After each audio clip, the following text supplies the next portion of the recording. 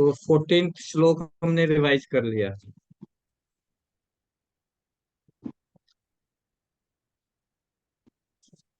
Yes माता जी। जी प्रभु जी। Okay. जी प्रभु जी 14th revise किया है।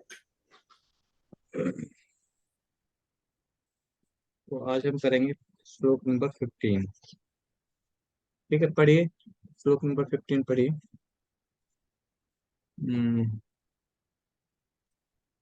कौन पढ़ेंगे? उषा माता जी पढ़ो। कृष्ण प्रभु जी दंडवत प्रणाम। दोनों। ब्रह्म उद्गमं विद्धि ब्रह्माक्षर समुद्भवम् तस्मात् पूर्वगतं ब्रह्म नित्यं भक्ति प्रतिष्ठितम्। वेदों में नियमित कर्मों का विधान है और ये वेद साक्षात श्री भगवान पर ब्रह्म से प्रकट हुए हैं। फलतः सर्वव्यापी ब्रह्म यज्ञ कर्मों में सदा स्थित रहता है। तात्पर्य, इस श्लोक में यथार्थ कर्म अर्थात कृष्ण को प्रसन्न करने के लिए कर्म की आवश्यकता को भली भांति विवेचित किया गया है। यदि हमें यज्ञ पुरुष विष्णु के परितोष के लिए कर्म करना है तो हमें ब्रह्म या दिव्य वेदों से कर्म की दिशा प्राप्त करनी होगी। अतः सारे वेद कर्मादेशों की संहिताएं हैं। वेदों के निर्देश के बिना किया गया कोई भी कर्म विकर्म या अवैध अथवा पापपूर्ण कर्म कहलाता है। अतः कर्म फल से बचने के लिए सदैव वेदों से निर्देश प्राप्त करना चाहिए। जिस प्रकार सामान्य जीवन में राज्य के निर्देश के अंतर्गत कार्य करना होता है, उसी प्रकार भगवान के परम राज्य के निर्देशन में कार्य करना चाहिए। वेदों में ऐसे निर्देश भगवान के श्वास से प्रत्यक्ष प्रत्यक्ष प्रकट होते हैं। कहा गया है, अस्य महतो भूतस्य निश्चितम एदत् यज्ञ ऋग्वेदो यजुर्वेदा सामवेदो अर्थवागीसरासा। चारों वेद ऋग देव यजुर्वेद सामदेव तथा अर्थवेद भगवान के श्वास से उद्भूत हैं। ब्रह्म संहिता से प्रमाणित होता है कि सर्वशक्तिमान होने के कारण भगवान अपने श्वास के द्वारा बोल सकते हैं। अपनी प्रत्येक इंद्रिय के द्वारा अन्य समस्त इंद्रियों के कार्य स्पंद कर सकते हैं। दूसरे शब्दों में भगवान अपने श्वास के द्वारा बोल सकते हैं और वे अपने नेत्रों से गर्भदान कर सकते हैं। वस्तुतः यह कहा जाता है कि उन्होंने प्रकृति पर दृष्टिपात किया और समस्त जीवों को गर्भस्थ किया। इस तरह प्रकृति के गर्भ में बद्ध जीवों को प्रविष्ट करने के पश्चात उन्होंने उन्हें वैदिक ज्ञान के रूप में आदेश दिया, जिससे वे भगवत धाम वापस जा सके। हमें यह सदैव स्मरण रखना चाहिए कि प्रकृति में सारे बद्ध जीव भौतिक भोग के लिए इच्छुक रहते हैं, किंतु वैदिक आदेश इस प्रकार बनाए गए हैं कि मनुष्य अपनी विकृत इच्छाओं की पूर्ति कर सकता है और तथाकथित सुख भोग पूरा करके भगवान के पास लौट सकता है। बद्ध जीवों के लिए मुक्ति प्राप्त करने का यह सुनहरा अवसर होता है। अतः उन्हें चाहिए कि कृष्ण भावना भावित होकर यज्ञ विधि का पालन करें। यहाँ तक कि जो वैदिक आदेशों का पालन नहीं करते, वे भी कृष्ण भावनामृत के सिद्धांतों को ग्रहण कर सकते हैं, जिससे वैदिक यज्ञों या कर्मों की पूर्ति हो जाएगी। हरे कृष्ण प्रभु। हरे कृष्णा। थैंक यू माता जी। कर्म ब्रह्म उद्भवम विधि ब्रह्म अक्षर समुद्भवम तस्मात् सर्वगतं ब्रह्म नित्यम यज्ञ प्रतिष्ठितम। वेदों में नियमित कर्मों का विधान है और ये वेद साक्षात श्री भगवान पर ब्रह्म से प्रकट हुए हैं। फलतः सर्वव्यापी ब्रह्म यज्ञ कर्मों में सदा स्थित रहता है। तो जैसे कि हम इस भगवत गीता के श्लोकों को पढ़ रहे हैं और पीछे के श्लोकों को अगर देखें तो जो 9वां श्लोक था उसमें भगवान कह रहे हैं कि कोई भी कर्म यदि यज्ञ के लिए नहीं किया जाता, हम्म, तो वह कर्म बंधन उत्पन्न करता है ना? क्या बताया है? कोई भी कार्य अगर यज्ञ के लिए नहीं किया जा रहा है, भगवान विष्णु की प्रसन्नता के लिए नहीं किया जा रहा है, तो वो कर्म बंधन का कारण बनता है। और फिर श्लोक नंबर 13 में जो पीछे किया है हमने, उसमें भगवान बता रहे हैं कि यदि कोई व्यक्ति यज्ञ के लिए भोजन नहीं बनाता, हाँ, यज्ञ के लिए भोजन नहीं पकाकर अपने लिए भोजन पकाता है तो वह पाप ही खाता आप है। पाते हैं। जो भी खाना अगर हम यज्ञ के लिए नहीं बना रहे, यज्ञ कौन है? कोई यज्ञ? कृष्ण। देवता। कृष्ण, भगवान विष्णु, ठीक है। तो जो भी खाना अगर कोई यज्ञ के लिए नहीं बना रहा, भोजन नहीं पकाता और अपने अपने आप ही खाता है, तो वो पापी है, पाप ही खाता है। और फिर 14वें श्लोक में जो हमने पीछे किया है, उसमें भगवान बता रहे हैं कि जो अन्न है, मनुष्य की रक्षा के लिए अन्न सबसे आवश्यक चीज है। जैसे मैं सुन रहा था कि रीता माता जी अभी एक्सप्लेन कर रही थी कि इस कलयुग में अन्न, है ना, अन्न जो है सबसे आवश्यक चीज है। अगर हमें इस जीवन का निर्वाह करना है तो अन्न हमें खाना ही पड़ेगा। अगर हम अन्न नहीं खाएंगे तो और किसी चीज के ऊपर हमारा जीवन निर्वाह नहीं हो सकता। तो जीवन की रक्षा के लिए, जीवन की आवश्यकता क्या है? अन्न खाना। और अन्न की उत्पत्ति कैसे होती है? हम्म? कैसे वर्षा होती है से। अन्न की उत्पत्ति? आप वर्षा में से। से, हाँ, आप में से जिन्होंने वीडियो ऑन नहीं किया उनमें से पूछूंगा मैं अभी, है ना। जिन्होंने वीडियो ऑन कर रखा है वो ठीक है, जिन्होंने वीडियो ऑफ कर रखा है उनमें से बताएं कि अन्न की उत्पत्ति कैसे होती है। नीलम चौहान माता जी अवेलेबल हैं? नीलम माता जी।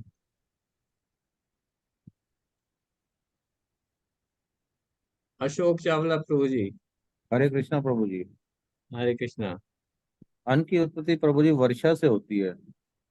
हाँ, अन्न की उत्पत्ति वर्षा से होती है, वेरी गुड।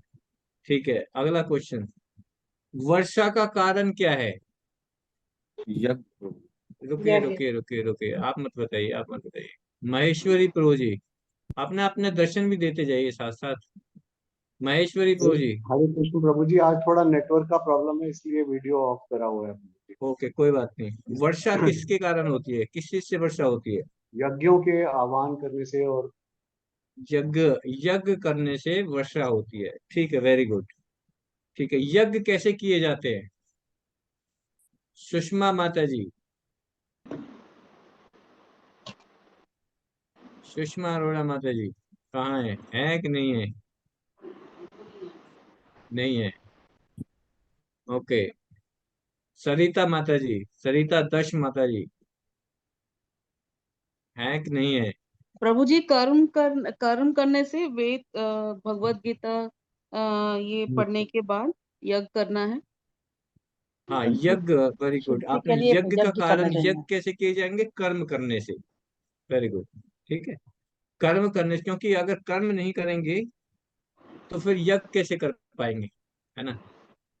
कर्म करेंगे तभी तो पैसे कमाएंगे, है ना। यज्ञ करने के लिए तो पैसे भी तो चाहिए, तो कर्म करेंगे आप। अच्छा, वो कर्म जो है वो कैसे कर्म करने पड़ेंगे? हाँ। संकीर्तन है। हम्म। रुकिए संकीर्तन है। रुकिए रुकिए रुकिए रुकिए, और कौन है? रतन सिंह पुरी हैं यहीं पे? रतन सिंह पुरी जी, आरती माता जी कहाँ है? देखिए, सिर्फ ज्वाइन करना इम्पोर्टेंट नहीं है। सेशन में सिर्फ ज्वाइन करके वीडियो ऑफ कर लें फिर उसका फायदा नहीं हो पाएगा, है ना। ये 1 घंटा जो हम बैठते हैं, ठीक है, ज्वाइन करके आपको जो है वीडियो ऑफ करना कोई दिक्कत नहीं है अगर कोई इमरजेंसी है, पर सुनना तो जरूरी है। अगर हम सिर्फ ज्वाइन कर लें और उसका नाम दिखाई देता रहे और आप कोई दूसरा काम कर रहे हैं तो फिर you will not get the benefit, है ना। ये बहुत ही प्रीशियस सेशन है, बहुत ही इम्पोर्टेंट। 1 घंटा जो हम देते हैं बहुत इम्पोर्टेंट है। इसलिए अगर हम ज्वाइन कर रहे हैं तो प्लीज सुनिएगा, है ना। सुनना बहुत इम्पोर्टेंट है। अगर सुनेंगे नहीं तो फिर आ, मेरा भी बोलने का कोई फायदा नहीं है और आप लोगों का भी बैठने का कोई फायदा नहीं, है ना। हम लोग इतनी मेहनत करते हैं ना, तो उस मेहनत का फायदा भी होना चाहिए, है ना। तो आप सभी को प्लीज ना, जो कोशिश करें पहले तो वीडियो ऑन करके रखें, है ना। वीडियो ऑन करके रखेंगे तो जब पता होगा ना कि कैमरा लगा हुआ है, तो फिर then you will be sincere. Mind आपका कहेगा कि नहीं नहीं, अभी मुझे भटकना नहीं है, इधर उधर नहीं जाना। लेकिन जैसे ही वीडियो ऑफ किया ना, तो मन कहेगा अच्छा ठीक है, अब तो प्रभु तो देख नहीं रहे, नाम मेरा आ ही रहा है उसमें, है ना, नाम दिखाई दे रहा है, अटेंडेंस मेरी लग गई है ना, आरती माता जी अटेंडेंस लगाई देंगी, तो फिर उससे कोई फायदा नहीं होगा, है ना। तो बेटर है आप वीडियो ऑन करके रखें। कोई दिक्कत नहीं, आप दूसरे काम कर रहे हैं, चपाती बनानी, कोई दिक्कत नहीं है। We are a family life, है ना, फैमिली में, लेकिन वीडियो ऑन करके रखें। इन केस कोई इमरजेंसी है या फिर आपने प्रियोर इंफॉर्मेशन दे रखी है ना, कि तो जी मैं वीडियो ऑन नहीं कर सकती, दिस इज अ प्रॉब्लम, फिर तो ठीक है। लेकिन अगर आप कोई प्रॉब्लम नहीं है, सिर्फ मन के कहने से आप वीडियो ऑफ करके रखें, क्योंकि आई फील कंफर्टेबल, क्यों कि मैं सुनती भी रहूंगी और दूसरा काम भी करती रहूंगी, है ना। तो फिर उससे फायदा नहीं होगा, फायदा नहीं। 1 घंटा ये जो हम लगाते हैं, इसके पीछे बहुत मेहनत की हुई होती है। 1 घंटे का लेक्चर को तैयार करने के लिए मुझे 2 घंटे पढ़ना पड़ता है। आप ये देखिए कि अगर मैं किसी चीज के ऊपर बोल रहा हूँ, तो आपको तो सुनना ही है। I have to prepare the lecture, I have to spend 2 hours, है ना। तो अच्छी अच्छी चीजें निकालने के लिए, है ना, अलग अलग नोट्स बनाने के लिए I have spend 2 hours daily, और उस चीज में हम बैठ रहे हैं तो किसी पर्पज से बैठ रहे हैं, है ना। वी वांट एवरीवन, हम सभी जो है स्पिरिचुअल लाइफ में आगे बढ़े, तो you have to take it seriously, है ना। Sincerity and seriousness is very important for upliftment in the spiritual life. अगर हमें आध्यात्मिक लाइफ में आगे बढ़ना है तो सीरियसनेस लानी पड़ेगी। और ये जो माइंड है ना, वो ये बहुत जल्दी हमारी सीरियसनेस को कम कर देता है। जैसे ही देखता है कि कोई नहीं देख रहा, ये माइंड कुछ ना कुछ दूसरे काम दे देगा। माइंड इंगेज, तो इस माइंड को धोखा देना है, इस माइंड को जो है ना, मौका नहीं देना कि ये हमें डाइवर्ट कर दे। और ये माइंड कब डाइवर्ट नहीं करेगा, जब ये माइंड को पता चलेगा कि हाँ मुझे कोई somebody इज वॉचिंग, कोई मुझे वॉच कर रहा है, तब हम फिर थोड़ा सा, है ना, इस माइंड को अवॉइड कर सकते हैं, वरना माइंड ओवर के ट्रिक कर लेगा हमारा। तो इसलिए मेरी रिक्वेस्ट है आप सभी से कि अगर हम बैठते हैं, 1 घंटा बैठते हैं, तो फिर हम सीरियसली उसको सुनना भी है ना, ज्वाइन करें, वीडियो ऑन करके रखें, कोशिश करें। अगर कोई इमरजेंसी है तो देन इट्स ओके। अमृता माता जी ने स्पेशल परमिशन ली हुई है ना, स्पेशल परमिशन ली हुई है अमृता माता जी, को जी प्लीज अलाउ, है ना। तो कुछ अगर इमरजेंसी है तो करें, लेकिन वीडियो ऑन करके रखें तो और ज्यादा लाभ मिलेगा। तो हम डिस्कस कर रहे थे कि हमारी जीवन की आवश्यकता, सबसे बड़ी आवश्यकता है अन्न खाना। अगर हम अन्न नहीं खाएंगे इस कलयुग में, तो हमारा जीवन का निर्वाह नहीं हो सकता, है ना। अलग अलग युगों में अलग अलग वो था जीवन रक्षण के लिए। तो अन्न, अन्न की उत्पत्ति बारिश से होती है, वर्षा। वर्षा कैसे होती है, यज्ञ करने से होती है। यज्ञ करने के लिए कर्म करने पड़ेंगे। कैसे कर्म करने पड़ेंगे, वैदिक शास्त्रों के आदेश के अनुसार, शास्त्रों के आदेश के अनुसार, है ना। शास्त्रों में हमारे बहुत अलग अलग अलग निर्देश दिए हुए हैं, उन निर्देशों के अनुसार हमें कर्म करने पड़ेंगे, है ना। तो पिछले श्लोक में हमने ऐसे कर्मों के लिए अनेक बहुत सारे कारण है ना। और जिनमें से एक कारण है मनुष्य का ये शरीर। तो ये चक्र है ना, एक चक्र बना है कि मनुष्य का शरीर प्रारंभ होकर मनुष्य शरीर में ही समाप्त हो जाता है। तो इस श्लोक में अगर देखें तो इसमें 3 महत्वपूर्ण शिक्षाएं इस श्लोक में 3 महत्वपूर्ण शिक्षाएं दी हुई। क्या? कि कर्मों को वेदों से उत्पन्न जानो। सबसे पहला, कर्म ब्रह्म उद्भवम, ना? कर्म ब्रह्म उद्भवम विधि, अर्थात कर्म को ब्रह्म से उत्पन्न जानो। जहाँ पे ब्रह्म शब्द के अनेक अर्थ है। ब्रह्म जो है ना, हम तो सिर्फ एक ही नाम जानते हैं, ब्रह्म कौन है? पर ब्रह्म और ब्रह्म, या ब्रह्म ज्योति, ये नहीं जानते हैं ना। लेकिन ब्रह्म के बहुत सारे अर्थ है, और उनमें से एक अर्थ है वैदिक ग्रंथ। ब्रह्म मीन्स वैदिक ग्रंथ। तो यहाँ पे भगवान कह रहे हैं कि उनके आदेश के अनुसार हमें जो कर्म करने चाहिए उनकी जानकारी वैदिक ग्रंथों से प्राप्त होती है ना। कैसे कर्म करने हैं, उन कर्मों की जानकारी कहाँ से मिलेगी? हमें वैदिक ग्रंथों से मिलेगी। तो प्रभुपाद जी इसके तात्पर्य में बता रहे हैं कि यज्ञार्थार्थ कर्म, यज्ञ अर्थार्थ, यानी कि कृष्ण को प्रसन्न करने के लिए कर्म की आवश्यकता है ना। कृष्ण को प्रसन्न करने के लिए कर्म की आवश्यकता को भली भांति यहाँ पे डिस्कस किया गया है।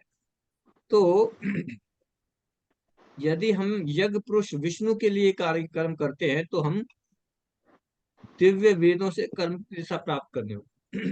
यज्ञ, अगर हमें यज्ञ करना है तो फिर दिशा निर्देश कहाँ से मिलेंगे हमें?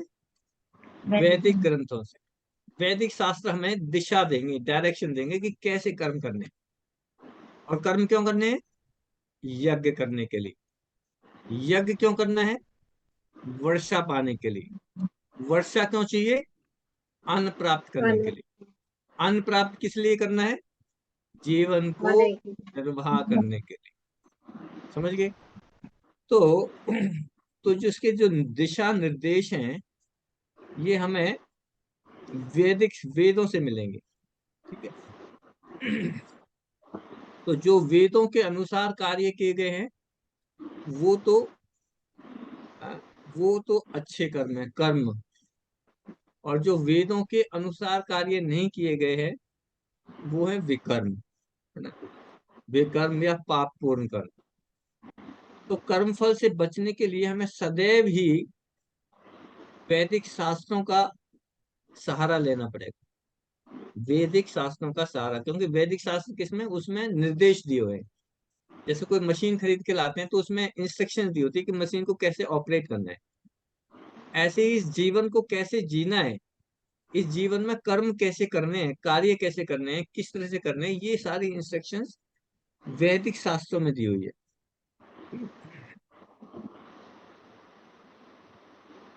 और अब हम देख सकते हैं कि जैसे जैसे हम कोई गाड़ी चला रहे हैं, है ना? गाड़ी चला रहे हैं तो गाड़ी चलाने के लिए बहुत सारे नियम है, ट्रैफिक के रूल नियम है ना। रेड लाइट हो रही है तो गाड़ी को रोकना है ना। ग्रीन लाइट है तो चलना है, येलो लाइट है तो देख के चलना है ना। बहुत सारे नियम है, ट्रैफिक के रूल्स रेगुलेशंस है ना। तो बहुत सारे प्रति रूल रेगुलेशन माने, रूल रेगुलेशन माने प्रतिबंध लगे हुए हैं। आप अपनी मर्जी से नहीं चला सकते, है ना। तो ऐसे ही जब गाड़ी चलाने के लिए बहुत सारे रूल रेगुलेशंस हैं, इस देश को चलाने के लिए बहुत सारे रूल रेगुलेशंस हैं, है ना। एक सोसाइटी को चलाने के लिए बहुत सारे रूल रेगुलेशंस हैं। तो क्या इस जीवन में अगर कुछ भी करते हैं तो उसके लिए, है ना, हमारे रूल रेगुलेशंस हैं। तो इस जीवन को जीने के लिए भी जो नियम है वो हमारे वैदिक शास्त्रों में दिए हुए हैं, उनका निर्देश, उसके निर्देशों का पालन करना पड़ेगा। अब कोई कहे जी मैं तो नहीं पालन करूंगा, है ना, जो रूल रेगुलेशन है जी ठीक है, मैं तो पालन नहीं करूंगा, आई विल नॉट ओबे। तो क्या होगा? क्या होगा? उसको पनिशमेंट दी जाएगी, पुलिस वाला पकड़ लेगा, है ना।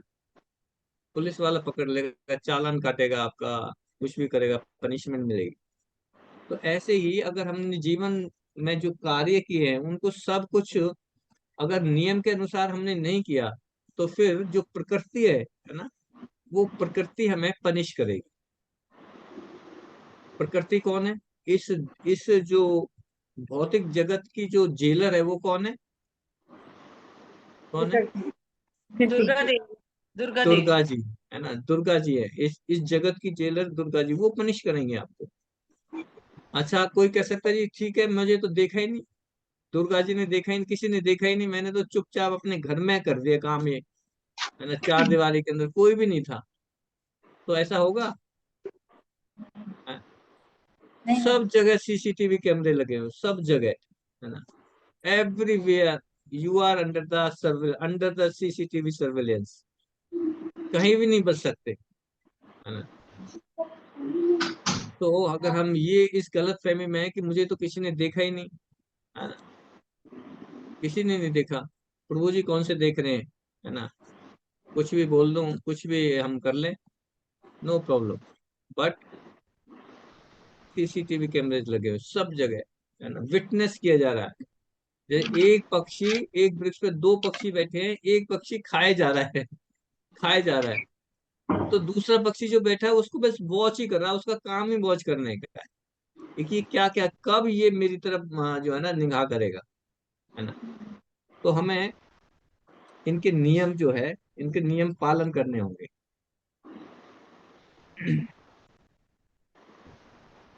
और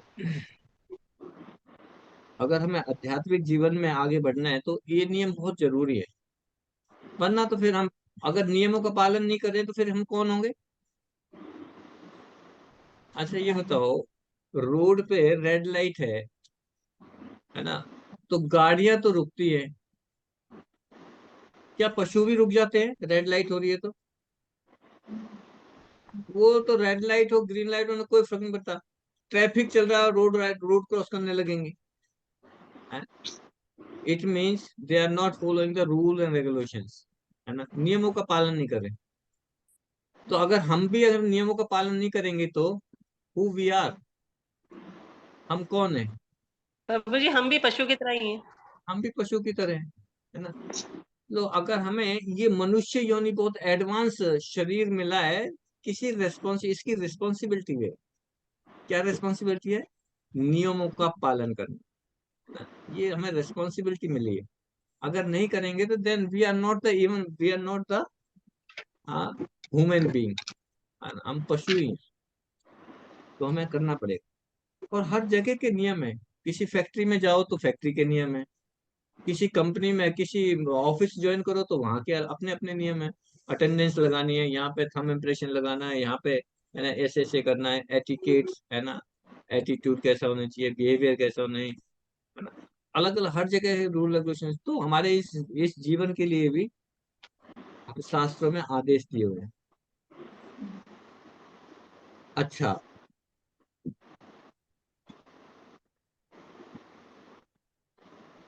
तो श्री कृष्ण की प्रसन्नता के लिए कर्म करने के लिए ये आवश्यक है कि वैदिक शास्त्रों का सहारा लिया जाए।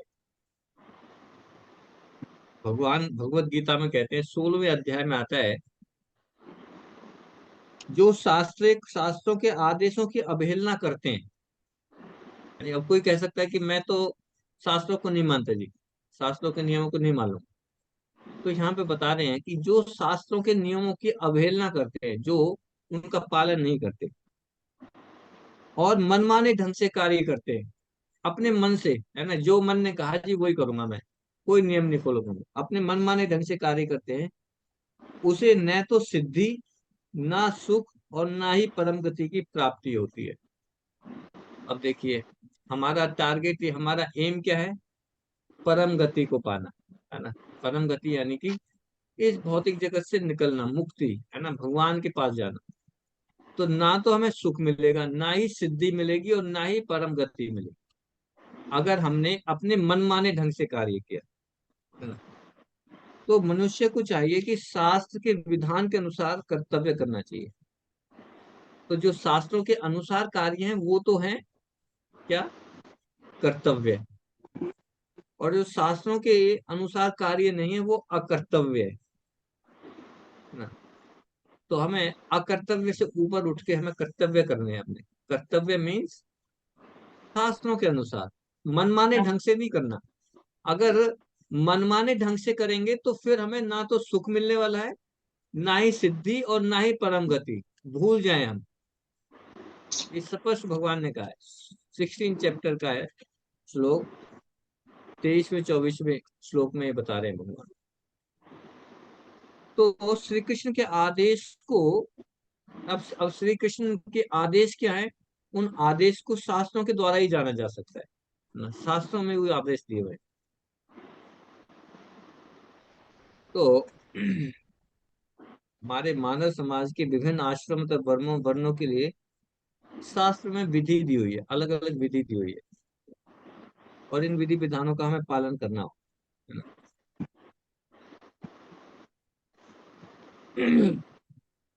अच्छा, तो हमारे शास्त्रों में कौन से करणीय कार्य हैं और कौन से अकरणीय हैं, जो कौन से कार्य नहीं करने चाहिए और कौन से कार्य करने चाहिए, इनका निर्णय वेदों के अनुसार किया जाना चाहिए, है ना। अब वेदों में तो नियम बना दिए, लेकिन उसमें हमें कोई लॉजिक नहीं लगाना, कोई तर्क नहीं लगाना, आर्ग्यूमेंट नहीं करना उस पे। वेदों में जो नियम दिए हैं उस पे कोई आर्ग्यूमेंट नहीं करना कि इसको तो मैं करूंगा और इसको नहीं करूंगा, इस नियम का तो पालन करूंगा और इसको पालन नहीं करूंगा, है ना। ये तो मुझे सूट करता है, ये मुझे सूट नहीं करता, है ना। नो आर्ग्यूमेंट, है ना। जैसे स्टेट लॉज है ना, स्टेट लॉज मीन्स उसको फॉलो ही करने हैं। ऐसे ही वेदों के नियम है। अच्छा, कोई ये कह सकता है जी, ये शास्त्रों में जो नियम बनाए हैं, हैं, ये भी तो किसी व्यक्ति ने बनाए हैं, ये भी तो किसी व्यक्ति ने बनाए हैं। क्या ऐसा है? किसने बनाए ये वेद, ये नियम किसने बनाए हैं? कि भगवान ने बनाए हैं, भगवान के श्वास से सब निर्देश निकलते हैं। हाँ, भगवान के श्वास से ये वेद निकले हैं। बहुत अच्छा। कोई कह सकता है जी, श्वास से भगवान वेद कैसे प्रकट कर सकते हैं? सांस छोड़ते हैं, वेद प्रकट हो जाते हैं। कैसे पॉसिबल है क्या? कौन बताएंगे? पॉसिबल है सुनीता माता जी? भगवान सांस छोड़ते हैं तो वेद प्रकट हो जाते हैं, सांस से वेद कैसे प्रकट हो जाते हैं? क्या वेद ये क्या बुक्स हैं? वेद, वेद जो जो स्क्रिप्चर से, ये सिर्फ बुक हैं या इसका साकार रूप है? प्रभु जी साकार रूप है, क्योंकि भगवान में और भगवान के किसी भी चीज में कोई डिफरेंस नहीं है, वो हाँ, भी भगवान की वाणी है। वेद भी एक साकार रूप है। और वो कह रहे हैं कि ये वेद कैसे उत्पन्न हुए हैं? भगवान के श्वास से उत्पन्न हुए हैं। तो क्या श्वास से वेद उत्पन्न हो सकते हैं? संगीता माता जी। हरे कृष्णा प्रभु जी। हाँ, हो सकते प्रभु हैं। जी भगवान, वो भगवान है, भगवान से तो कुछ भी हो सकता है, तो हो सकते हैं। हाँ, भगवान भगवान से तो कुछ भी हो सकते हैं। ठीक है, उषा माता जी, यस। हरे कृष्ण प्रभु प्रभु जी, भगवान अपनी किसी भी इंद्रिय से कोई भी कार्य कर सकते हैं। Perfect answer, perfect. भगवान अपनी उंगली से देख सकते हैं, अपनी आंखों से खा सकते हैं, अपनी किसी भी इंद्रिय से कोई भी कार्य कर सकते हैं, है ना। हम नहीं कर सकते। हम आंखों से, सिर्फ आंखों से देख ही पाएंगे, कानों से सुन पाएंगे, लेकिन भगवान में के साथ ऐसा नहीं है। भगवान अपनी सारी इंद्रियों से कोई भी कार्य कर सकते हैं। और ये जो वेद कहाँ से उत्पन्न हुए? भगवान कह रहे हैं मेरे श्वास से उत्पन्न हुए, है ना। तो जो चीज, अब वेद का साकार रूप है, तो जो चीज उत्पन्न हो रही है, कोई किसी चीज को उत्पन्न करने के लिए किसी चीज का साकार होना जरूरी है ना। मान लो कोई चीज एग्जिस्ट ही नहीं कर रही, उससे कोई चीज उत्पन्न कैसे हो सकती है? कोई हो सकती है? जो लोग कहते हैं भगवान निराकार है, ये आर्य समाजी कहते हैं, क्या कहते हैं आर्य समाजी? भगवान निराकार है, उनका आकार ही नहीं। वेदों को मानते हैं, लेकिन आर्य समाजी जो है वेदों को मानते हैं, लेकिन वो वेदों को ही सब कुछ मान लेते हैं कि वेद ही है बस सब कुछ, है ना। लेकिन यहाँ पे तो बताया है कि वेद कहाँ से उत्पन्न हुए, भगवान के श्वास से उत्पन्न हुए। तो इसका मतलब अगर वेद उत्पन्न हो रहे हैं, इसका मतलब भगवान का कोई ना कोई रूप है, तभी तो उत्पन्न हुए ना कोई चीज। हम अब बच्चे पैदा कर पा रहे हैं क्योंकि हमारा रूप है, हमारा आकार है, तभी तो बच्चों का आकार है। अगर मेरे से कोई चीज उत्पन्न हो रही है, इसका मतलब मेरा मेरा कोई रूप तो है ना, मेरा कोई आकार है, तभी तो मैं कोई चीज उत्पन्न कर सकता हूँ। बिना आकार के मैं कैसे उत्पन्न कर सकता हूँ, है ना। तो वेद जो है, और इन वेदों में जो जो लिखा हुआ जो निर्देश है, उनमें कोई दोष नहीं है, कोई त्रुटि नहीं है। कैसे नहीं है त्रुटि? भाई हम लोग कार्य करते हैं, हम भी तो बना सकते हैं जी। वेदों के में जो नियम है हम बना दें, हमने बना दिए अपने नियम, उसको फॉलो करेंगे। तो इन वेदों में एक्चुअली शास्त्रों में बताया है कि हमारे अंदर 4 मेन अवगुण दोष पाए जाते हैं। मनुष्य के अंदर 4 दोष पाए जाते हैं। कौन कौन से दोष हैं, कौन बताएंगे? Which are the 4 faults find in the human? Rita माता जी, यस। हरे कृष्ण प्रभु जी। मतलब कलयुग में मेमोरी हमारी कम है। हम जैसे भूल जाते हैं, भूलते हैं। कलयुग के और दोष नहीं पूछ रहा हूं मैं। I am not asking the faults of कलयुग। मैं पूछ रहा हूँ कि जो मनुष्य है, मनुष्य के अंदर 4 दोष हैं, हमारे अंदर 4 फॉल्ट्स हैं। जो आप बता रही हैं वो कलयुग के बारे में बता रही माते, है ना। मनुष्य में हरे क्या कृष्ण फॉल्ट्स हैं? हरे कृष्ण प्रभु जी। यस सुनीता जी, माते। एक तो ये कि वो भ्रमित होते हैं। भ्रमित होते हैं, वेरी गुड। दूसरा? और दूसरा बताओ। हमारी इंद्रियां शांत नहीं होती, लाइक हमारा जो मनसा है वो कंटिन्यूअस रहता है, वो स्टॉप नहीं होता है, लालसा। हमारी इंद्रियां त्रुटिपूर्ण है, अपूर्ण है। अपूर्ण है। हमारी इंद्रियां अपूर्ण है। तो पहला हो गया, हम मोहग्रस्त हो जाते हैं, भ्रमित हो जाते हैं, कंफ्यूज हो जाते हैं। दूसरा, हमारी इंद्रियां अपूर्ण है। तीसरा, बिजल माता जी। मुझे हम झूठ बोलने की टेंडेंसी है। झूठ बोलने की टेंडेंसी है हमारी, झूठ या कपट करने की आदत है ना। और चौथा, चौथा कौन बताएंगे? विवाह माता जी? नहीं। त्रुटि, गलतियां करते हैं मिस्टेक्स, प्रभु जी। गलती मिस्टेक्स, कर है ना। हम सभी मिस्टेक्स करते हैं, गलतियां करते हैं।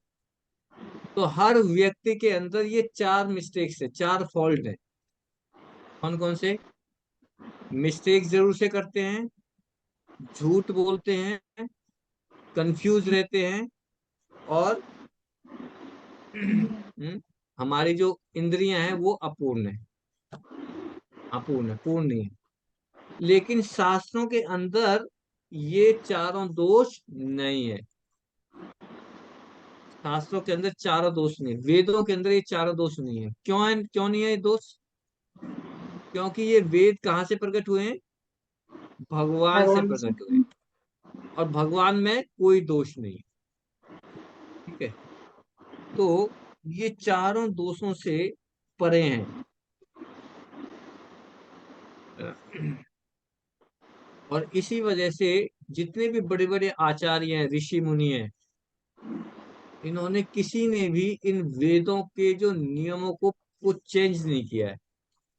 And nobody can change. And कोई कहे ना मैं वेदों के नियमों को चेंज कर देता हूँ, ये गलत लिखा हुआ है, इसमें तो ये फॉल्ट है, हम लोग इसको से चेंज कर देते हैं।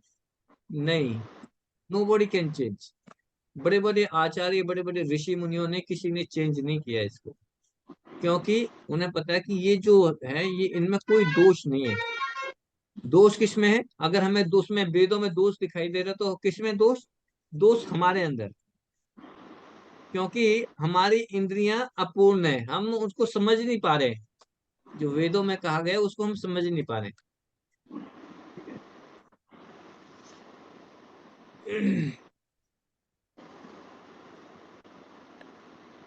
अच्छा, कोई ये कह सकता है कि जी हमें वेदों को पढ़ने की क्या जरूरत है? देखो, भगवान हमारे अंदर बैठे हुए हैं परमात्मा के रूप में। है जी, आरती माता जी। भगवान परमात्मा के रूप में हमारे हृदय में बैठे हुए हैं, और जो भी कार्य करते हैं परमात्मा हमें बताते रहते हैं, है ना। कौन से नियम फॉलो करने हैं परमात्मा बता देंगे। तो हमें वेदों को पढ़ने की क्या जरूरत है? सारे आदेश जी मुझे तो परमात्मा से मिल रहे हैं। मैं तो जी वही करता हूँ जो परमात्मा कहते हैं, है ना। तो मुझे वेद पढ़ने की क्या जरूरत है? यशवंत शर्मा पूरी, हमारे भगवान तो हमारे हृदय में बैठे हुए हैं, और वेद भी भगवान से आए हैं, तो परमात्मा बैठे हुए वो हमें इंस्ट्रक्शन देते रहते हैं, आदेश देते रहते हैं। मैं तो उसी को फॉलो करूंगा, वेदों को पढ़ने की क्या जरूरत है? हम लोग मटेरियलिस्टिक वर्ल्ड में रहते हैं, तो जैसे आपने बोला कि हम हमेशा कंफ्यूज रहते ही हैं, वो तो डिफॉल्ट है ही ह्यूमन का। तो they are bound to make mistakes, it's better to have everything एक जगह पर, जो कि एक हाँ, गाइडलाइन की तरह काम करते हैं। हाँ, मेटेरियलिस्ट हैं, लेकिन भगवान बैठे हुए ना, भगवान इंस्ट्रक्शन दे हमें। हम जो भी कार्य कर रहे हैं भगवान से परमात्मा से इंस्ट्रक्शन ले लें। कहते हैं ना भाई, मेरे मन में तो मेरा परमात्मा जो है ना सभी के हृदय में है, और परमात्मा जी भगवान की इच्छा से के बिना कुछ होता नहीं। भगवान इंस्ट्रक्शन हम देते हैं, वेद पढ़ने की क्या जरूरत है? मिन्नल माता जी, है ना।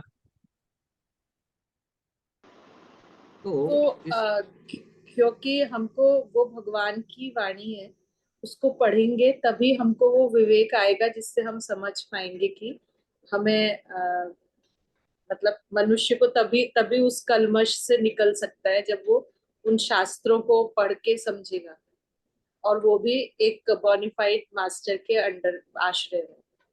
वो तो ठीक है, वो सब कुछ ठीक है, लेकिन जब परमात्मा हमें, हमारे हृदय से परमात्मा हमें इंस्ट्रक्शन दें और हम उनको फॉलो कर प्रभु जी, लें। वो तो हमारी डिजायर्स के अकॉर्डिंग हमको वो दे देते हैं इंस्ट्रक्शन। भगवान वही तो उन्होंने हमको माइन्यूट इंटेलिजेंस दे रखी है कि हम सोचते हैं और वो उसे पूरा कर देते हैं। मैं थोड़ा सा इसको मॉडिफाई करता हूँ आपके जी प्रभु स्टेटमेंट। जी, प्लीज, हरे कृष्णा जी। आप ये कह रही हैं कि भगवान ही इंस्ट्रक्शन देते हैं, है ना। भगवान हमारी डिजायर के अनुसार ही हमें इंस्ट्रक्शन देते हैं। भगवान तो इंस्ट्रक्शंस करेक्ट देते हैं कि आपको ये करना है, लेकिन हम उनसे पीछे पड़ते हैं कि नहीं, मुझे ये नहीं प्रभु, मुझे तो ये चाहिए, मेरी इच्छा तो ये है। तो फिर आप अपनी अपनी इच्छा के पीछे जब जबरदस्ती उसके पीछे पड़ते हैं, तो भगवान कहते हैं ठीक है करो, it is not my responsibility, है ना। तो मेरा पॉइंट यहाँ पे ये था कि लोग पूछते हैं, ऐसा क्वेश्चन पूछते हैं कि पूरी वेदों में क्या रखा है? अभी भगवान सबके हृदय में है। भगवान जो चाहेंगे वो हो जाएगा। भगवान चाहेंगे तो मैं मंदिर आ जाऊंगा, भगवान चाहेंगे तो मैं ये कर दूंगा।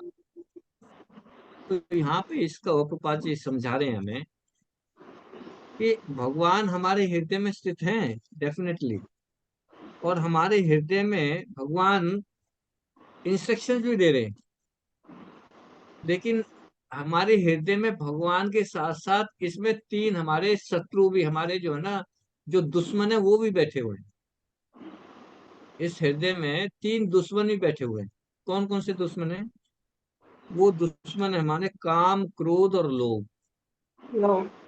काम, क्रोध, लोभ, ये दुश्मन भी बैठे हुए हैं। भगवान भी बैठे हुए हैं और दुश्मन भी बैठे हुए हैं। तो जब भगवान इंस्ट्रक्शन देते हैं ना, हम्म, तो ये जो तीन काम, क्रोध, लोभ है, ये भी अपना आदेश सुना देते हैं साथ के साथ। भगवान का इंस्ट्रक्शन भी आ रहा है, और ये काम, क्रोध, लोभ का भी इंस्ट्रक्शन साथ साथ आ रहा है। तो इस तरह से जो भगवान का जो इंस्ट्रक्शन है ना, ये मन जो है फिर ये कंफ्यूज हो जाता है कि किसको मानूं, और ये पलटी मार जाता है किसकी तरफ? काम, क्रोध, लोभ जो इंस्ट्रक्शन देते हैं उसकी तरफ भाग जाता है, कंफ्यूज हो जाते हैं, है ना। तो भगवान भगवत गीता में इसका आंसर दे रहे हैं। 15 चैप्टर 15 श्लोक, बहुत इंपॉर्टेंट। क्या कह रहे हैं?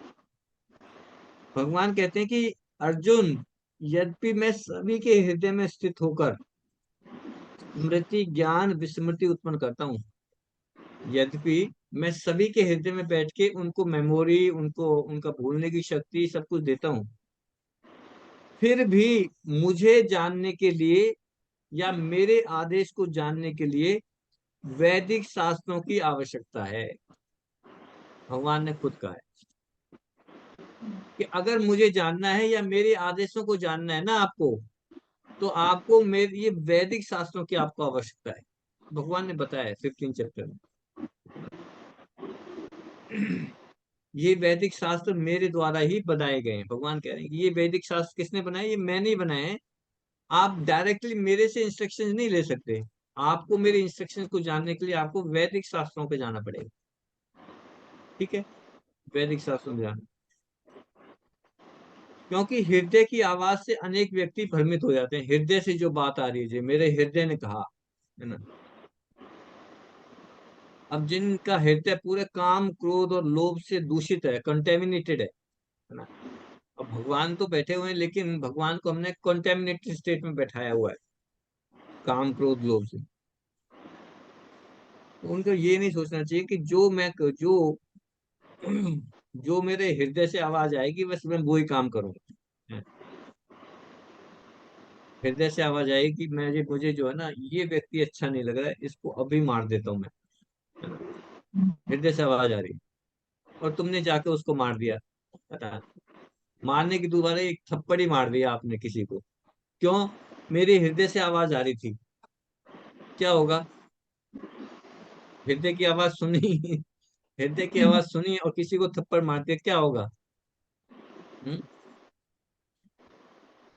वो आपको अपने सीधे हृदय की आवाज एक की एक की जगह पहले तो 2-3 थप्पड़ लगेंगे, और हो सकता है ज्यादा भी लग जाए, और फिर आप, हो सकता है, पुलिस पुलिस कस्टडी में चले जाए। अब वहां कहोगे जी मेरे तो हृदय ने आवाज दी है, हृदय से आवाज आई थी इसलिए मार दिया मैंने।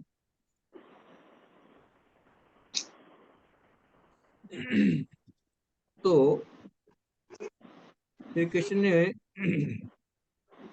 अब ये नहीं से कह सकते भगवान ने, जो हृदय से जो आवाज आ रही है, भगवान ने आवाज, भगवान की आवाज है जी, इसलिए मैंने फॉलो की, है ना।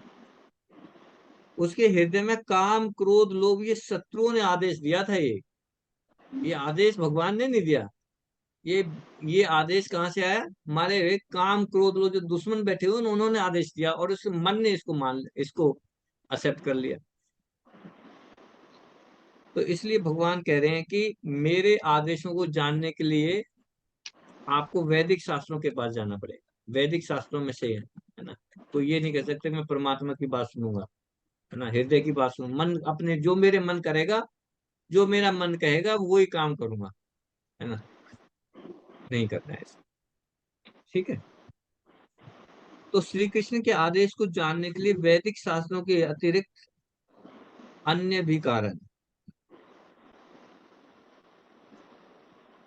कोई कह सकता है जी क्या वैदिक शास्त्र ही हैं? सिर्फ वैदिक जो भगवान के जो नियम है उनको जानने के लिए सिर्फ वैदिक शास्त्र ही हैं, या कुछ और भी है? तो यद्यपि भगवान बता रहे हैं कि जो वैदिक शास्त्र है ये इनको बोल रहे हैं, ये ही प्रमाण है हमारे। वैदिक शास्त्र जो है हमारे शास्त्र प्रमाण है ना। अब ठीक है जी, ये तो मैं कन्विंस हो गया जी, मुझे अपने इन जीवन के नियमों का पालन करने के लिए वैदिक शास्त्रों का सहारा लेना पड़ेगा। ठीक है, ओके जी, डन। वैदिक शास्त्र, अब ये वैदिक शास्त्र कितने हैं हमारे पास?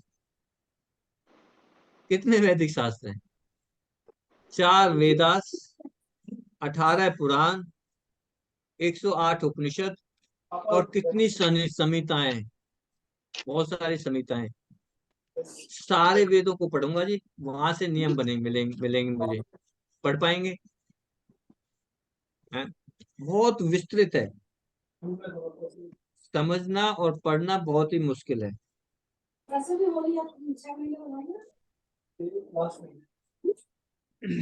किस व्यक्ति को किस किस प्रकार के व्यक्ति को किस प्रकार का कार्य करना है, किस समय पे क्या कार्य करना है, अलग अलग वेदों में अलग अलग नियम बना रखे हैं।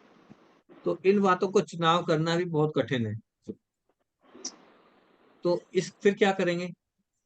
अब भगवान तो कह रहे हैं वेदों का सहारा लेना है। वेद तो ये बहुत मुश्किल है, बहुत बड़ा विस्तृत है। तो फिर मुझे कैसे कैसे करना पड़ेगा, चुनाव कैसे करना पड़ेगा? भिन्ना माता जी। जी हमको भगवत गीता और भागवतम से मतलब वो सबका उसमें सब सार मिल जाएगा सारे वेदों का, अगर हम भगवत गीता पढ़ेंगे और भागवतम पढ़ेंगे। भगवत गीता और बाद में भागवतम पढ़ेंगे तो उनका एसेंस मिल जाएगा। ठीक है। बहुत अच्छा। लेकिन उसको भी भगवत गीता और भागवतम पढ़ने के लिए भी हमें किसी की शरण लेनी पड़ेगी। किसकी शरण लेनी पड़ेगी? प्रामाणिक गुरु की। साधु तथा आचार्य, है ना, हमारे साधु और आचार्य की शरण लेनी पड़ेगी। साधु और आचार्य केवल जब बताएंगे कि हमारे लिए कौन सा नियम उपयुक्त है। नियम तो बहुत सारे हैं, लेकिन हमारे प्रामाणिक गुरु ही बताएंगे कि आपको इस नियम का पालन करना है। That's it. हमें उसी का पालन करना है। ठीक है विवाह माता जी, अंडरस्टैंड? तो वैदिक शास्त्रों के केवल उन्हीं आदेशों की सूचना हमारे गुरु देंगे, हमारे आचार्य देंगे, जो हमारे लिए इस समय के लिए उपयुक्त है ना। क्योंकि वैदिक शास्त्रों में तो हर समय के लिए, हर परिस्थिति के लिए, हर पर्सन के लिए, डिफरेंट पर्सन के लिए डिफरेंट नियम है। और वो हमारा वो उनको पालन करना हमारे लिए पॉसिबल नहीं है कलयुग में। तो यहाँ पे बता रहे हैं कि हमें साधु, गुरु, साधु, शास्त्र, ये तीन चीज है हमारे। गुरु, साधु और शास्त्र, इन तीनों का सहारा लेना चाहिए।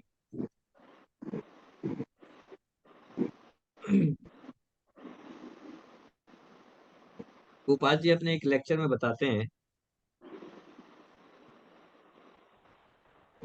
कि यदि आचार्य, यदि किसी का गुरु, है ना, जिसको हम गुरु मानते हैं, यदि आचार्य शास्त्र के द्वारा बतलाए हुए मार्ग पर नहीं चलता, है ना, हमने गुरु बना लिया, किसी को गुरु फॉलो करने लगे, प्रमाणिक गुरु नहीं है ना, किसी को भी, आजकल तो बहुत सारे गुरु हैं, है ना, जगह जगह पे कोई भी हमें हम इजीली गुरु मिल जाते हैं।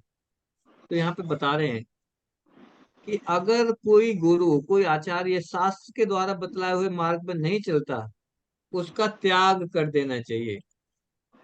उसका त्याग कर देना चाहिए। बहुत सारे क्वेश्चन पूछते हैं, गुरु जी हमने गुरु तो बना लिया, लेकिन ना अब बनाने के बाद ना पता चला कि वो तो कई बहुत सारे कई गलत काम भी करते हैं, है ना, वो तो ये कहते हैं, वो तो ये कहते हैं, अब हम क्या करें? गुरु का त्याग करने से ये हमें पाप लगेगा, अब हम क्या करें? ऐसे क्वेश्चन आते हैं।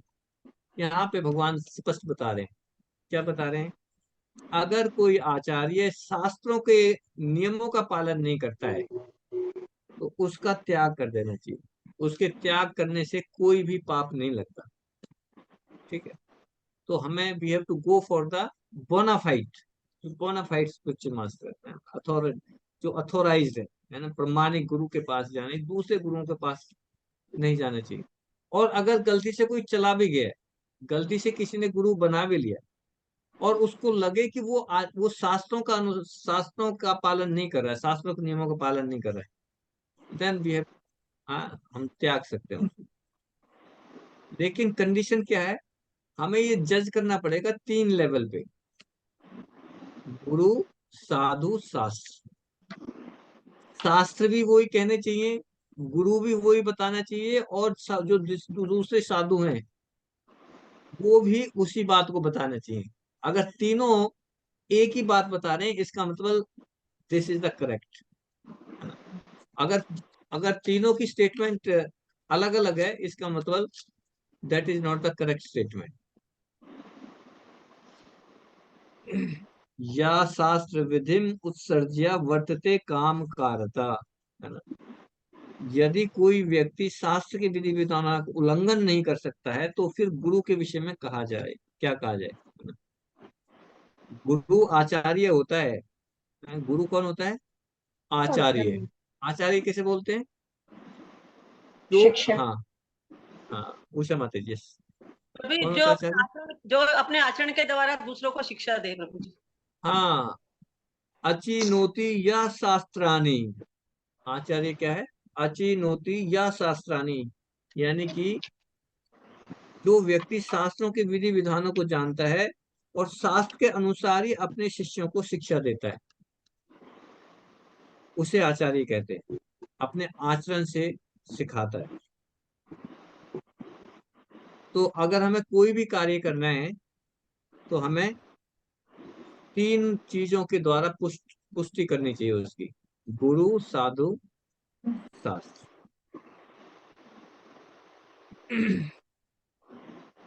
तो अगर हम वो कार्य करेंगे तो निश्चित रूप से हमारा कल्याण होगा। ठीक है।